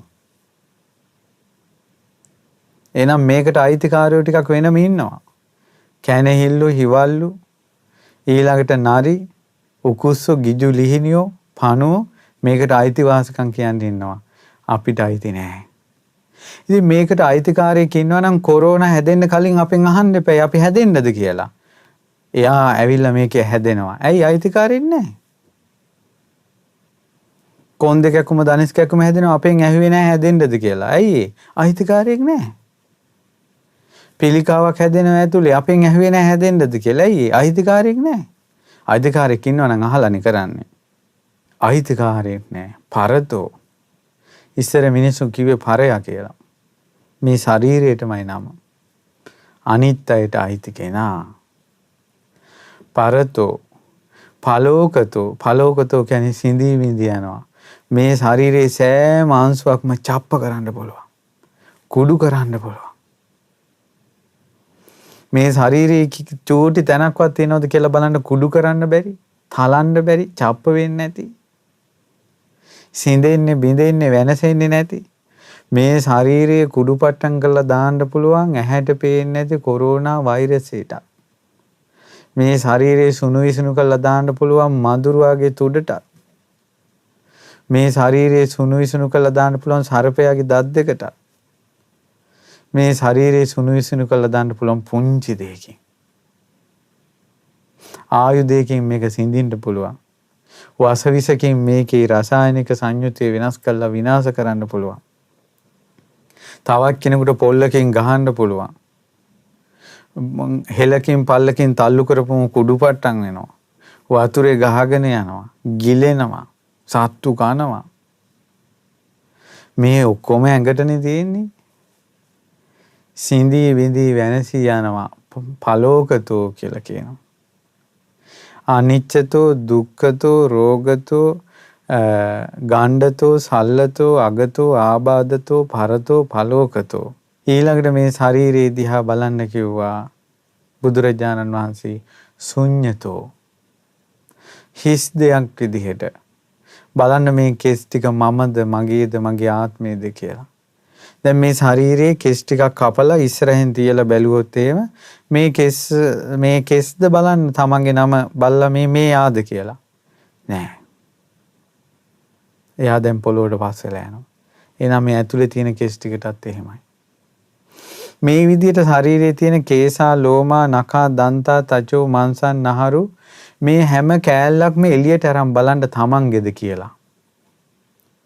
කෑලි 32ම තියලා බලන්න මේ හැම කිසිම තැනක මම කියලා කෙනෙක් ඉන්නවද කියලා. මේ බෙදලා බලනකොට මම කියලා එකක් නැහැ. මේ කෑලි ටික ඔක්කොම එකතු කරපු තැන එයා කියනවා මමලු. දැන් බිම ලොංගස් වැටිලා තියෙනවා. ඒ ලොංගස් වල තියෙනවද මෙයා ස්ත්‍රියක්ද පිරිමියෙක්ද එයාගේ නම තියෙනවද? ඒ වැටිච්ච එකක්වත් කවුරු හරි කියනවද මේ මගේ ආත්මය කියලා? මේක මේ හැමේ ඇලිලා තියෙද්දින් තමයි මෙයා මේ කීතුවේ. නියපොතු තියෙනවා කපලා දානවා වැටිච්ච ටික මගේ කියලා අල්ල ගන්නවද? එහෙනම් ඇයි මේ ඇතුලේ තියෙන ටික අල්ලගන්නේ? මේ ශරීරයේ පඨවි ආපෝ තේජෝ වායෝ කියලා ගත්තත් කුණප කොටාස 32ක් විදිහට ගත්තත් මගේ ආත්මය කියන දේෙන් හිස් අපිට ඕන විදිහට මේ කය තපවත්තන්න බෑ. ඒ කාරණයෙන් මේ ශරීරයට කියනවා ශුන්‍යතෝ කියලා. හිස් කියලා. ඊට පස්සේ පින්වතුනි අනිච්චතෝ දුක්ඛතෝ රෝගතෝ ගණ්ඩතෝ සල්ලතෝ අගතෝ ආබාධතෝ පරතෝ පලෝකතෝ ශුන්‍යතෝ ඊළඟට අනත්තතෝ අනාත්ම දෙයක් විදිහට මම නෙවෙයි මගේ නෙවෙයි මගේ ආත්මේ නෙවෙයි කියලා මේ ශරීරය දිහා බලන්න ඕන. ජීවිතේට එක දවසක්වත් මේවා කරලා බලන්න වෙනවත්නේ. මේ කිසිම දෙයක් මම නෙවෙයි මගේ නෙවෙයි මගේ ආත්මේ නෙවෙයි කියලා. පින්වතුනි ලෙඩක් ඇදුනට මේ පස්සේ මේ ශරීරයේ වණයක් වගේ. කොහෙන් අත තිබ්බත් රිදෙනවා. කණ්ඩත් බෑ බොණ්ඩත් බෑ ඇඳුම් කනවා. කොච්චර දුකක්ද පින්වත්නි මේ ශරීරය. නව දොරකින් අසුචි වැగిරෙන ගන්ධ සාරේ තියෙන ශරීරයක් අපි පරිභෝග කරන්නේ. මෙහිම ශරීරයක් අපිට ලැබුණානේ. දෙතිස් මහා පුරුෂ ලක්ෂණයන්ගෙන් හෙබි සඳුන් සුවඳ හමන සපු මල් සුවඳ විහිදී යන බුදුරජාණන් වහන්සේ වදාලා කින්තේ වක්කලී මිනා පූතිකායන දිත්තේන වක්කලී ඇයි මේ කුණුවේ නැගත් දිහා බලා ඉන්නේ. ඒ නිසා යම් දවසක අනුන්ගේ අසුචි නෙවෙයි තමන්ගේ ජරාව දිහා හිතෙන් බැලුවොත් තමන්ගේ ශරීරේ එදාට මේ රාග ගින්න නිවෙනවා. එදාට මේ රාග ගින්න නිවෙනවා.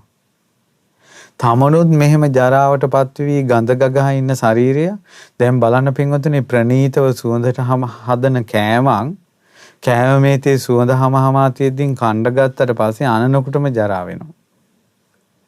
ඊට පස්සේ ඒව කනකොට මෙහින් හොටු එනවා. මෙහින් දාඩිය දානවා. දාඩිය දදා හොටු පෙර පෙරානේ මිනිස්සු කන්නේ. ඊට පස්සේ එහෙමත් කාලා ඔන්න හොඳට කාලා අවසානයේ මේක දිරවලා යනකොට කාටවත් පේන්නේ නැතුව මේ වැසිකිලි ගිහිල්ලා නහය වහගෙන දාලා එන්නේ. ඇයි දැන් ඒ වෙලාවට අර බාහිරව තිබ්බ ආහාරේ මේ ඇඟට දම්පු ගමන්ම අසුචි වුණානේ. එතකොට මේ ඇතුලේ මේක ආයතනයක් මේ ශරීරයේ ආයතන මේ ආයතනයේ ක්‍රියාකාරීත්වය තමයි මේක අසුචි කරනවා. මේක තමයි අසුචි නිපදවන ආයතනය. අපි පිරිසිදු වතුර ටිකක්නේ අපි බොන්නේ. මේ ආයතනේ නිපදවනවා දාඩිය නැමැති ජරාව උපදිනවා. මුත්‍රා නැමැති ජරාව උපද්දවනවා. ලේ සැරව නැමැති ජරාව උපද්දවනවා. ලේ සැරව ටික අතට ගාගෙන බලන්න කොච්චර ජරයිද කියලා. තවත් කෙනෙක්ගේ ලේ සැරව ටික බිම වැටුණාට පස්සේ බලන්න පුළුවන්ද කියලා. සමහර අය ලේ දකින්නට කලන්ත දාලා වැටෙනවා. ඇයි මේකෙන් නිපදෙව්වා ඇතුලේ? මේ ප්‍රනීතව කාපු කෑමක් විනාඩි 5කින් ආයි වැමනේ ගියොත් කොහොමද තියෙන්නේ කියලා බලන්න. තප්පරයට මෙයා ක්‍රියාත්මක වෙනවනේ අසුචි නිපදවන්න. මේ ආයතනේ හොඳට තින්ත ගන්නවා කට්ටිය. ලස්සන බෝඩ් දානවා. ඒ වගේ තමයි අපි ඇඟ සරසා හිටපු එක. සරසන්න එපා කියලා කියනව නෙවෙයි. ඇත්ත දකින්න. ඔබට හිතෙන්නේ කොහොමද මෙහෙම ඇත්ත දැක්කොත් එහෙම මොකක් වෙයිද? මේ විදිහට කල්පනා කරනකොට විතක්ක ਵਿਚාර ප්‍රීති සුඛ සහිත හිත එකඟ වෙලා පළවෙනි ධානය උපදිනවා. ඇත්ත කල්පනාවෙන් වෙන්න ප්‍රීතියයි සැපයයි උපදිනවා. මේ මූණු එල්ලිලා බෙරි වෙලා තියෙනව නෙවෙයි. ඒ කියන්නේ ඒ මූසලකම. ඒක නෙමෙයි. සත්‍ය දකින්න කෙනාගේ මූණනේ ගොඩාක් ප්‍රේමනාප. මේ තුන් ලෝකෙම දෙවියන් බඹුන් අතර ලස්සනම මූණ තිබ්බේ මුව මඩල බුදුරජාණන් වහන්සේ. බුදුරජාණන් වහන්සේ මේ ශාරීරිය දැක්ක කෙනා. මේ ලෝකේ ලස්සනම මූණ තියෙන රහතන් වහන්සේලාට. රහතන් වහන්සේලානේ සත්‍ය දැක්ක කෙනා. නව දොරකින් අසුචි වැగిරෙන මේ ශාරීරිය මුට්ටියක ලොකු කුඩා සිදුරු තියෙන මුට්ටියකට කුණු මස් පුරවලා තියෙන මුට්ටියක් වගේ ඇඟ ගැන හිතපු සාරිපුත්ත මහරහතන් වහන්සේ නේද කිනිහිරියා මලේ පාටින් බබලන උත්තමයා. ඒ නිසා මේ සත්‍ය කල්පනා කරනකොට නිකන් මූසල වෙයි කියලා හිතන්න එපා. සුන්දර වෙනවා. හිතවල පෙරේතකම් අඩු වෙලා යනවා. මේ ඇඟවල් ඇතිලෙනකොට මේ ජරාවක් මොකටද බලන්නේ කියලා හිතෙනවා. කාම ආසාව හිතෙන් අයින් වෙලා යනවා. එයාගේ හිත සංසිඳෙනවා. තමන්ගේ ඇඟ පිළිකුල්. තමන්ගේ පිළිකුල් ඇඟ තවත් පිළිකුල් ඇඟකට කිට්ටු කරන්න මේ එයාගේ හිතේ තියෙන පෙරේතකම නැති වෙනවා. මේ සැරව ගෙඩියක් වගේ තියෙන මේ ශරීරේ තවත් සැරව ගෙඩියකට ස්පර්ශ කරන්නේ කොහොමද කියලා හිතෙනවා. නව දොරකින් අසුචි වැగిරෙන මේ ශරීරේ තවත් නව දොරකින් අසුචි වැగిරෙන වැසිකිළියක් පිටිපස්සේ යන්නේ මොකටද කියලා හිතෙනවා. වැළඳ ගන්නේ මොකටද කියලා හිතෙනවා. ලෙව කන්නේ මොකටද කියලා හිතෙනවා. එයාගේ හිතෙන් අනාචාරය නැති වෙනවා. පාපී අදහස් නැති වෙනවා. වැදගත් මිනිස්සෙක් බිහි වෙනවා. අනිත් අය අත ගගානේ ඔයා කොහොමද කියලා කියනකොට හිතේ තියෙන චී මොනවද මේ මිනිස්සු මේ ඇඟවල් එක්ක මේ වැදගත් දෙයක් කතා කරන්නේ නැහැ කියලා. එතකොට යාර ලෝකෙම පේනවා හිස්සු ලෝකයක්. අර්ථයක් නැති ලෝකයක්. මුලාවක් පිටිපස්සේ යන ලෝකයක්. යාර ශ්‍රද්ධාවක් උපදිනවා මට බුදුරජාණන් වහන්සේ සරණ යන්න ලැබුණ නිසා. ශ්‍රී සද්ධර්මයේ සරණ යන්න ලැබුණ නිසා. ආර්ය මහා සංඝරත්නයේ සරණ යන්න ලැබුච්ච නිසා ලෝකයක් වසංග වෙලා තිබ්බ දෙයක ඇත්ත මට දකින්න ලැබුණා. ඇත්ත මට දකින්න ලැබුණා කියලා. ඒ අවබෝධයෙන්ම තිසරණ සරණ යනවා. එතකොට එයාට මේකෙන් නිදහස් වෙන්න කැමැත්තක් ඇති වෙනවා. එතකොට එයා ප්‍රාණඝාතයෙන් වළකිනවා. හොරකමින් වළකිනවා. වැරදි කාම සේවනයෙන් වළකිනවා. බොරු කීමෙන් වළකිනවා. මේ සුරා සූදුවෙන් වළකිනවා. පන්සිල් රකිනවා. බුදු ගුණ හිතනවා, දන් ගුණ හිතනවා, සංඝ ගුණ හිතනවා, පිදිය උත්තම් පුදනවා, සෑය බෝධිය විහෙර වඳිනවා. ඊළඟට ජීවිතය අවබෝධ කරවන ධර්මයේ නිතර නිතර හිතන්න ගන්නවා. ජීවිතය අවබෝධ කරන ධර්මය නිතර නිතර හිතන්න ගන්නවා.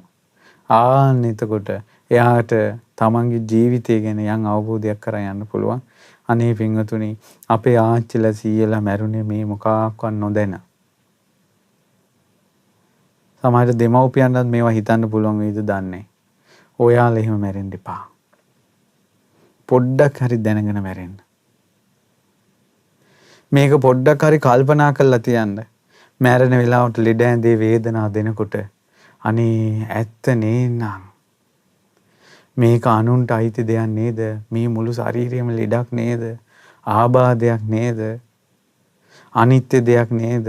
අනාත්ම දෙයක් නේද කියලා ඇත්ත හිතා මැරෙන්න පුළුවන් පින්වත්නි. මිනිස්සු හිතන්නේ ඇයි මට මෙහෙම වුනේ? ඇයි මගේ ඇඟ රිදෙන්නේ? ඇයි මගේ ඇඟ වේදනා දෙන්නේ කියලා. ඇයි? හිතලා නැහැ. අනිච්චතෝ දුක්ඛතෝ රෝගතෝ ගණ්ඩතෝ සල්ලතෝ අගතෝ පරතෝ පලෝකතෝ හිතලා නැහැ අර කියපු ටික. ඒව ටික හිතලා තිබ්බනම් මැරෙන වෙලාවෙ හිතෙන්නේ ඇත්ත. මේක වනයක් වගේ. හරි. මේක මහා දුකක්. හරි. මේක මහා රෝගයක්. හරි. මේක අනිත්‍ය දෙයක්. හරි. මේක අනාත්ම දෙයක්. හරි. බුදුරජාණන් වහන්සේ වදාළ දේ ඇත්තක් කියලා හිතාගෙන මැරෙනවා. කොහොමද වෙනස? මේ ලෝකෙ මිනිස්සු මැරෙන්නේ ඇයි මට මෙහෙම වුනේ කියලාගෙන. උත්තරයක් නැතුව මැරෙනවා. ඔබ උත්තරේ හරි කියලා හිතාගෙන මැරෙනවා. අන්න වෙනස. ඒ නිසා රෝග ව්‍යසන වලින් ලෝකේ විනාශයටපත් වී යනවා. කරන්න දෙයක් නැහැ. කොරෝනා වසංගතයෙන් ලෝකේ වැළඳ ගත්තා. බිය තැති ගැනීම වලින් මිනිස්සු තැති ගන්නවා. මරණය මිනිසුන්ට පේන්න වෙනවා. ඉතින් මේවා ඉදිරියේ අපි කොහොම පැනලා යන්නද? කොහොම පැනලා යන්නද පින්වතුනි? දැන්වත් ඇත්ත හිතමු. මොහොතක් හරි ඇත්ත හිතමු. ඉතින් ඒ නිසා අපි කාටත්, ඔබටත් මටත් අපි කාටත් කයේ යථා ස්වභාවයම අවබෝධ වීමට මේ ධර්ම ශ්‍රවණානිසංස පින හේතු වාසනා වේවා කියලා අපි ඔබට පින් පමුණුවනවා, සිත ප්‍රාර්ථනා කරනවා.